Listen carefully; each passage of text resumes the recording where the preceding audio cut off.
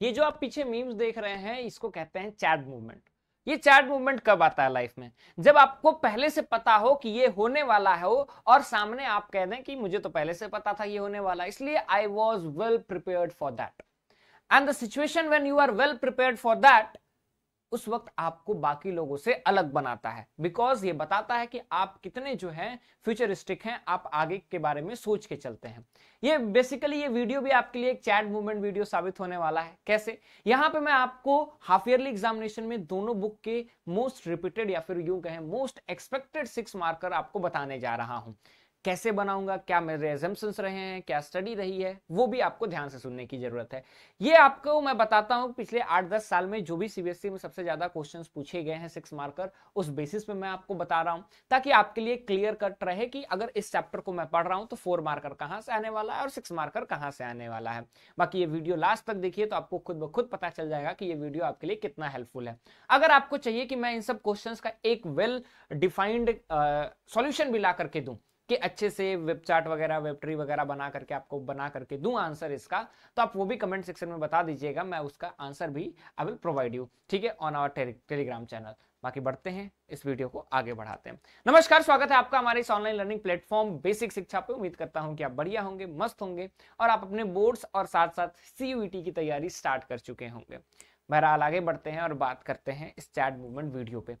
सबसे पहले आपको बताता हूं मैं कि इस वीडियो में हम लोग क्या लेकर के आएंगे। इस वीडियो में बेसिकली हम बात करेंगे कि क्या 6 मार्कर इंपॉर्टेंट है। उससे पहले 2025 के सिलेबस के हिसाब से देखें तो आपका सिलेबस अभी भी यही है, 25-26 के सेशन का भी सिलेबस यही है जो 24-25 में था, ठीक है।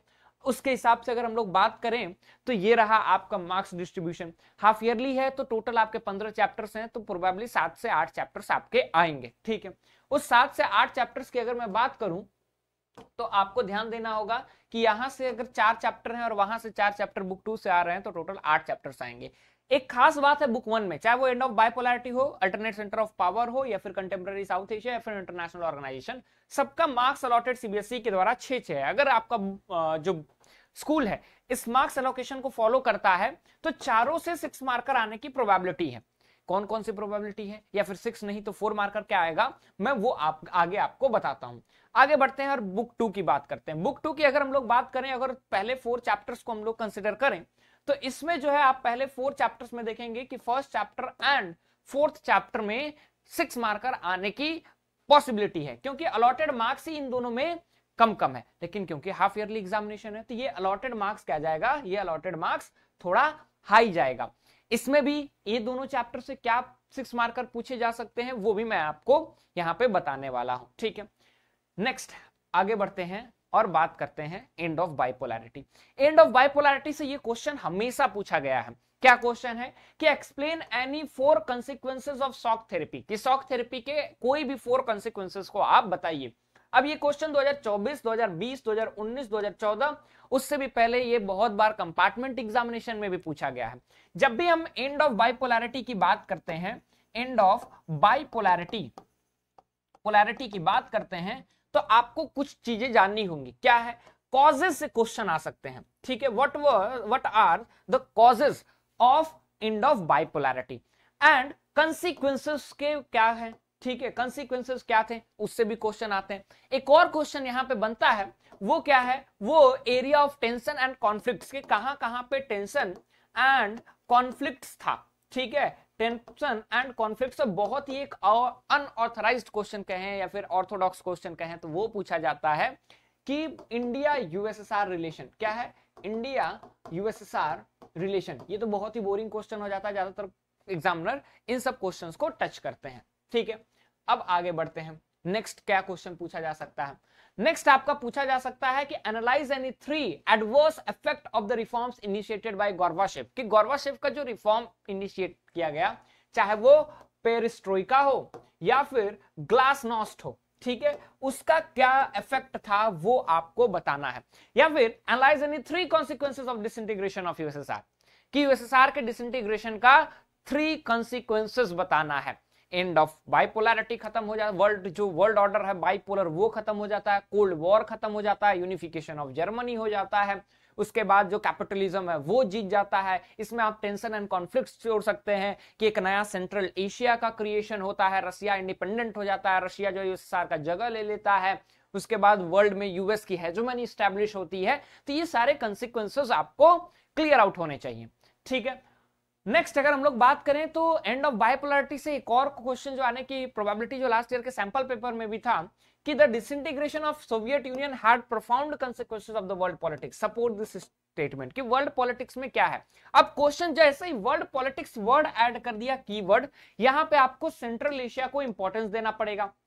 यहां पे आपको ये टेंशन एंड कॉन्फ्लिक्ट्स में जो आपका चेकोस्लोवाकिया है वो उसको भी आपको ऐड करना पड़ेगा, जो आपके ईस्टर्न अलाइज थे यूएसएसआर के उसको भी ऐड करना पड़ेगा। यूएसए को सेंट्रल एशिया क्यों पसंद है वो भी आपको ऐड ऑन करना पड़ेगा, कैसे वर्ल्ड ऑर्डर खत्म होता है वो भी आपको ऐड ऑन करना पड़ेगा। So you have to add on. इस साल का भी सैंपल पेपर आपके लिए इंपॉर्टेंट होने वाला है, so you need to go through the sample paper as well, ठीक। बात करते हैं आगे। नेक्स्ट कहता है इंडियाज रिलेशन विथ रशिया, ठीक है। इंडिया और रशिया का रिलेशन क्या है, हिस्टोरिकल ट्रस्ट और कॉमन इंटरेस्ट क्या है वो आपको बताना है। अगर यहां पे आप कुछ कॉमन न्यू रिसेंट डेवलपमेंट जोड़ देते हैं that will be a benefit for you, ठीक है। मैं कहूंगा कि जब भी आप एक recent political being a political science student, क्योंकि जियोपॉलिटिक्स में इतनी सारी घटनाएं घट रही हैं, if you are adding recent developments that will again help you a lot, ठीक है। जो आपका ट्रेडिशनल एनसीईआरटी कहता है विद ऑल ड्यू रिस्पेक्ट, उसके साथ साथ न्यू अगर रिसेंट इवेंट जोड़ते हैं अपने आंसर्स में वेब चार्ट फ्लो चार्ट्स के through, then it will suddenly और you can say certainly increase your mark, ठीक है। Next analyse any 3 effect of shock therapy की, शॉक थेरेपी के 3 इफेक्ट्स बताइए। तो वहां का जो करेंसी था वो गिर गया, गराज सेल हुआ, ये सारी चीजें आप बना सकते हैं, ठीक है। Soviet union disintegration was the consequence of many different factors, ठीक है। कॉजेस पूछ रहा है कि क्या कॉजेस थे, ठीक है। Most former Soviet republics had tension and conflict, support the statement कि जो 15 रिपब्लिक्स थे उसमें टेंशन एंड कॉन्फ्लिक्ट, चाहे वो रशिया का दागिस्तान एंड चेचन्य हो, तजिकिस्तान हो, या फिर आपका जो है चेकोस्लोवाकिया हो, या फिर बाकी भी जितने भी रहे हो उसमें आप देख सकते हैं सिविल वार वगैरह कहां पे हुआ, ठीक है। Next contemporary centre of power से, कंटेम्पररी सेंटर ऑफ पावर से तो क्वेश्चन आउट एंड आउट है। उससे भी मैं आपको एक चीज और बता देता हूं, अगर आप लोगों को माइंड मैप्स वगैरह चाहिए, ठीक है, माइंड मैप चाहिए या फिर आपको जो है कुछ और जैसे कि जिस्ट चाहिए कि ये एक आंसर रेडीमेड हो, तो इसका मैंने एक पीडीएफ बना करके हमारे टेलीग्राम चैनल सीयूईटी बेसिक शिक्षा पे पॉलिटिकल साइंस के बुकलेट्स को ही अपलोड किया हुआ है, आप वहां पर जाकर के अपलोड कर सकते हैं। बाकी आपको एक और इन्फॉर्मेशन दे दूं कि हमारी क्लासेस यूट्यूब पे free of cost daily important questions की चलती हैं शाम 7 बजे, तो आप जरूर अटेंड करें पॉलिटिकल साइंस की क्लास, जहां पे आपके लिए एक रिपीटिशन हो या फिर आपके लिए एक प्रैक्टिस हो, ठीक है। Next alternate centre of power से इंपॉर्टेंट क्या है, ईयू का फॉर्मेशन, एशियान का फॉर्मेशन, 100% ईयू और एशियान के फॉर्मेशन से क्वेश्चन आएगा ही आएगा, या तो ईयू आएगा या फिर एशियान के फॉर्मेशन से आएगा। नेक्स्ट आपका ईयू और एशियान कैसे इनके फीचर्स इंपॉर्टेंट है, कैरेक्टरिस्टिक्स, चाहे वो उनका सोशल इकोनॉमिक पॉलिटिकल फैक्टर्स कैसे वर्ल्ड में रोल प्ले करते हैं वो आएगा। जैसे कि क्वेश्चन पूछा गया है कि evaluate the effectiveness of European Union as the most prominent regional organisation, कि अब इसका इफेक्टिवनेस बताना है। तो इफेक्टिवनेस में जब भी तुम आओगे तो तुमको क्या क्या बताना पड़ेगा, यहाँ पे तुमको जो है उसके सोशल इकोनॉमिक पॉलिटिकल कैसे मिलिट्री थ्रेट बन रहा है यूएसए के लिए, डॉलर कैसे थ्रेट बन रहा है यूएसए के लिए, ट्रेड में कितना पार्ट है उसका, कल्चर उसका क्या है, कैसे वो वर्ल्ड को कवर अप कर रहा है, ये सारी चीजें आपको बतानी पड़ेंगी।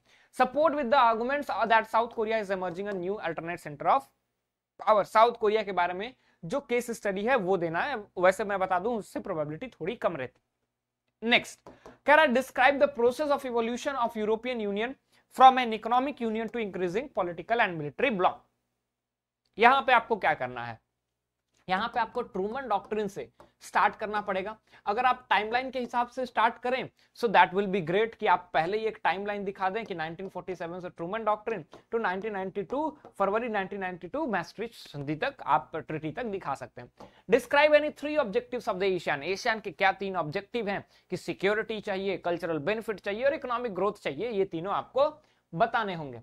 नेक्स्ट आपको जो है कंटेम्पररी सेंटर ऑफ पावर में evaluate the strength of European Union as most effective regional organisation, तो इसके इफेक्टिवनेस से क्वेश्चन 100% आता है, ठीक है। कंटेम्पररी सेंटर ऑफ पावर, ठीक है, इससे क्या क्वेश्चन आता है, explain the factors of European Union, ASEAN वे क्या है, तो आप देखिए एशियान और यूरोपियन यूनियन से आएगा ही आएगा। अगर आप अपने सीयूईटी की तैयारी कर रहे हैं, ठीक है, नहीं भी कर रहे हैं तो अपने आप को सीयूईटी की तैयारी के लिए लेकर के आइए, क्योंकि डीयू वगैरह में आपके अगर आपके 920 से ज्यादा नंबर नहीं है, if you are not getting more than 920, you are not going to get accessible to top colleges of north campus, ठीक है, Hindu, saint Stephen, Miranda house में आपको अच्छे से एडमिशन नहीं मिल पाएगा। उसके लिए हमारा एक रिसेंट हौसला बैच लॉन्च हुआ है, अभी क्लासेस उसकी स्टार्ट नहीं हुई है और आपको एक ऑफर भी दिया जा रहा है। सो ऑफर को अवेल कीजिए। यहां पे मैं आपको बता दूं, अगर आप पॉलिटिकल साइंस के स्टूडेंट हैं, trust on me, political science और इकोनॉमिक्स के बच्चों के लिए आपको डीपीपी, प्रैक्टिस सेट, ये सारी चीजें क्लासेस मिलेंगी, 1-to-1 मेंटरशिप मिलेगा, आपको फ्री काउंसलिंग भी मिलेगी। लेकिन मैं आपको एश्योर करता हूं पॉलिटिकल साइंस में 2 से 3 हजार क्वेश्चंस मैं आपको प्रैक्टिस करवाता हूं, ठीक है, चाहे वो यूट्यूब पे हो या फिर बैच में हो, आपको प्रैक्टिस है। डीपीपी स्टडी प्लानर मैं आपको बना करके देता हूं, हैंड रिटन आपको मैं नोट्स जो माइंड मैप है वो प्रोवाइड करता हूं, मैं आपको यहाँ पे जो है जिस्ट वगैरह प्रोवाइड करता हूं। सो इट इज वर्थ, आप नीचे दिए गए नंबर पे कॉल करके हमारे काउंसलर से भी बात कर सकते हैं और मेरे से भी आप अगर चाहें तो बात कर सकते हैं, ठीक है। और अभी ऑफर्स चल रहे हैं, so you can avail the offer, ठीक है। बाकी फीचर्स आप देख सकते हैं। नेक्स्ट कह रहा है कंटेम्प्रेरी सेंटर ऑफ पावर में evaluate the effectiveness of European Union and prominent organisation. South Korea क्या इमर्जिंग है वो भी आप देखते, ईयू हमेशा आ रहा है। साउथ एशिया से क्या क्वेश्चन आ सकता है, साउथ एशिया से बहुत सारे क्वेश्चंस आ सकते हैं, चाहे वो आपका इंडिया पाकिस्तान रिलेशन हो, इंडिया बांग्लादेश रिलेशन हो, श्रीलंका हो, आता है। तो describe various problems the people, ठीक है, of all south Asian countries share aspiration and support for democracy. अब यहाँ पे साउथ एशियन कंट्रीज में आपको शुरुआत का जो पेज में स्टार्टिंग में दिया रहता है कि इंडिया में कैसे डेमोक्रेसी सर्वाइव किया, पाकिस्तान में कैसे रहा, बांग्लादेश में कैसे रहा, ये सारी चीजें आपको लिखनी पड़ेंगी, ठीक है। नेक्स्ट क्वेश्चन जो इंपॉर्टेंट है कि after the end of cold war United nation is working according with the changed realities of the world. अब यूनाइटेड नेशन के बारे में आपको यहां पे देना पड़ेगा, ठीक है। यूनाइटेड नेशन के बारे में, humanity to heaven, United Nation was not created to take humanity to heaven but to save from the hell, जो डैग हैमरजॉर्ड का स्टेटमेंट है उसको आपको वेरीफाई करना पड़ेगा कि कैसे यूएन का रोल रहा है। तो role of UN and evolution of UN बहुत ही इंपॉर्टेंट आपके लिए होने वाला है, ठीक है। After the end of cold war, जिससे मैंने आपको बताया ये वही है, ठीक है। In the changing world the strength of revitalised UN desirable, ठीक है, कि न्यू यूएन जो है कोल्ड वॉर एरा के बाद कैसा रहा वो आपको बताना है। Composition of United nation security council में क्या है, वीटो किसके पास है, P5 कौन है, नॉन परमानेंट मेंबर्स क्या है, चेंजेस कब कब हुए, वो आपके लिए इंपॉर्टेंट है। Explain the relevance of United nation in the contemporary world, contemporary world में क्या रेलेवेंस है यूनाइटेड नेशन का, वो इंपॉर्टेंट है। सिक्योरिटी काउंसिल कैसे इक्विटेबल रिप्रेजेंटेशन लैक करता है वो बताइए, कि कोई भी जो है सदर्न अमेरिका से या फिर अफ्रीका का रिप्रेजेंटेटिव नहीं है, एशिया से भी बस एक ही है, और वो भी क्यों है वो भी आपको बताना होगा, ठीक है। यूएन में रिफॉर्म स्ट्रक्चर सिक्योरिटी काउंसिल की जरूरत क्या है वो भी आपको बताना है। What makes the UN an indispensable organisation, ठीक है, इससे रिलेटेड तो यूएन में रिफॉर्म्स और उसमें रिलेटेड चेंजेस के बारे में आपको बताना होगा। नेक्स्ट आते हैं बुक 2 पे। बुक 2 पे बहुत ज्यादा क्वेश्चंस तो आते नहीं है, क्या क्या आएंगे, describe any 3 major challenges that independent India faced immediately after independence, ठीक है। अब इससे क्वेश्चन क्या आता है कि 3 चैलेंजेस क्या क्या थे जो इंडिया ने फेस किया, ठीक। उसके बाद role played by Mahatma Gandhi in reducing communal violence, 1947 में महात्मा गांधी का क्या रोल था, ठीक है। इससे एक और क्वेश्चन आ सकता है चैलेंजेस ऑफ नेशन बिल्डिंग से, कि आपका स्टेट रीऑर्गेनाइजेशन का फॉर्मेशन कैसे स्टार्ट हुआ, ठीक है। तो वहां पे लैंग्वेज के बेसिस में कैसे आपको 1920 से अगर नागपुर सेशन से स्टार्ट करते हैं, 1920 नागपुर सेशन, फिर 46 का आपको धर कमेटी, फिर जेवीपी कमेटी, फिर Fazal Ali commission, in between जो है JVP committee and Fazal Ali commission, आपको विशालदरा मूवमेंट के बारे में बताना पड़ेगा, जो आंध्रा का मूवमेंट हुआ, पोट्टी श्रीराम मल्लू का रोल बताना पड़ेगा। देन फजल अली कमीशन के एसआरसी का रिपोर्ट बताना पड़ेगा, उसका इंप्लीमेंटेशन 14 और 6 यूनियन टेरिटरीज और 14 स्टेट्स में भारत बढ़ता है वो। देन 1960 का आपको महाराष्ट्र का बताना पड़ेगा, 66 का पंजाब बताना पड़ेगा। देन आपको ऐसे आगे बढ़ना पड़ेगा। Analyse any 4 consequences of partition of British India, एक तो कॉजेज ऑफ पार्टीशन, ठीक है, problems faced by partition and what were the consequences of the partition. Division of hearts था, लगभग 80 लाख लोग जो है पलायन करते हैं, मतलब कि शिफ्ट करते हैं, माइग्रेट करते हैं, ये सारी चीजें आपको बतानी पड़ेगी। कॉम्युनल जोल्स हुए, कॉम्युनल वायलेंसेस हुए, ऑनर किलिंग होता है, ये सारी चीजें आपको बताना पड़ेगा। Analyse the event led to the merger of Manipur, Manipur कैसे भारत का हिस्सा बनता, पूरा आपको स्टोरी बतानी पड़ेगी, ठीक है। एनी 3 चैलेंजेस इंडिया फेस्ड, तो आपके पास 3 चैलेंजेस में integration of India, next challenge was आपका establishment of democracy, and third the development of the politics, ठीक है, या फिर यूं कहें the development of India, economic development के बारे में है। तो एक तो इंटीग्रेशन, यूनिटी इंडिया का, दूसरा एस्टैब्लिशमेंट ऑफ डेमोक्रेसी, तीसरा उसका development. Highlight the role of Sardar Vallabh Bhai Patel कि प्रिंसली स्टेट्स को एक करने में क्या उनका रोल रहा, तो उसमें जूनागढ़, हैदराबाद, जम्मू कश्मीर, मणिपुर, इन सबको आपको बताना पड़ेगा। Highlight any 3 challenges India faced, Sardar Patel का रोल, ये सारी चीजें इंपॉर्टेंट है। Describe social economic effect, social economic effect partition का क्या पड़ा, दोनों आपको बताने पड़ेंगे, मतलब कंसिक्वेंसेस के बारे में पूछ रहा है। Languages has played an important imperative role in uniting the country, Bharat में लैंग्वेज ने किस तरह से यूनिफिकेशन का काम किया है वो भी आपको बताना पड़ेगा। Enlist main consideration bringing princely states with the Indian Union, name the leader who played, किसने हिस्टोरिक रोल प्ले किया। उसके बाद जो है व्हाट वाज द कंट्रीब्यूशन, उनका कंट्रीब्यूशन क्या था, फिर से वही आपको 4-5 जो स्टेट्स प्रॉब्लमेटिक थे उनके बारे में बताना पड़ेगा। 3 reasons for setting up the state reorganisation commission, state reorganisation commission क्यों लाया गया वो आपको रीजन बताने पड़ेंगे। बाकी आपका इंटरनेशनल रिलेशन से क्या क्वेश्चन आ सकते हैं, इंटरनेशनल रिलेशन से अगर हम लोग इंडिया एक्सटर्नल रिलेशन की अगर हम लोग बात करें तो आपको ध्यान देना पड़ेगा, ठीक है, यहां पे आपको ध्यान देना पड़ेगा इंडिया एक्सटर्नल रिलेशन से क्या क्वेश्चन पूछा जा सकता है, ठीक है। देखो इंडिया एक्सटर्नल रिलेशन से क्वेश्चन क्या पूछा जा सकता है, इंडिया पाकिस्तान का रिश्ता, ये इन डिटेल आ सकता है, ठीक है। नॉन अलाइनमेंट मूवमेंट के बारे में आ सकता है, ये आपके लिए इंपॉर्टेंट है। उसके बाद अगर हम लोग बात करें तो India China relation, India and China relation, इसके बारे में क्वेश्चंस पूछा जा सकता है, ठीक है। एयर ऑफ 1 पार्टी डोमिनेंस से 6 मार्कर आने की प्रोबेबिलिटी कम है, 4 मार्कर उससे आएंगे। अगर आपको 4 मार्कर भी चाहिए तो आप कमेंट सेक्शन में बताइए, वो भी मैं आपके लिए लेकर के आऊंगा। बाकी आज के लिए बस इतना ही, उम्मीद करता हूं ये वीडियो आपके लिए हेल्पफुल होगा। Will meet in next video.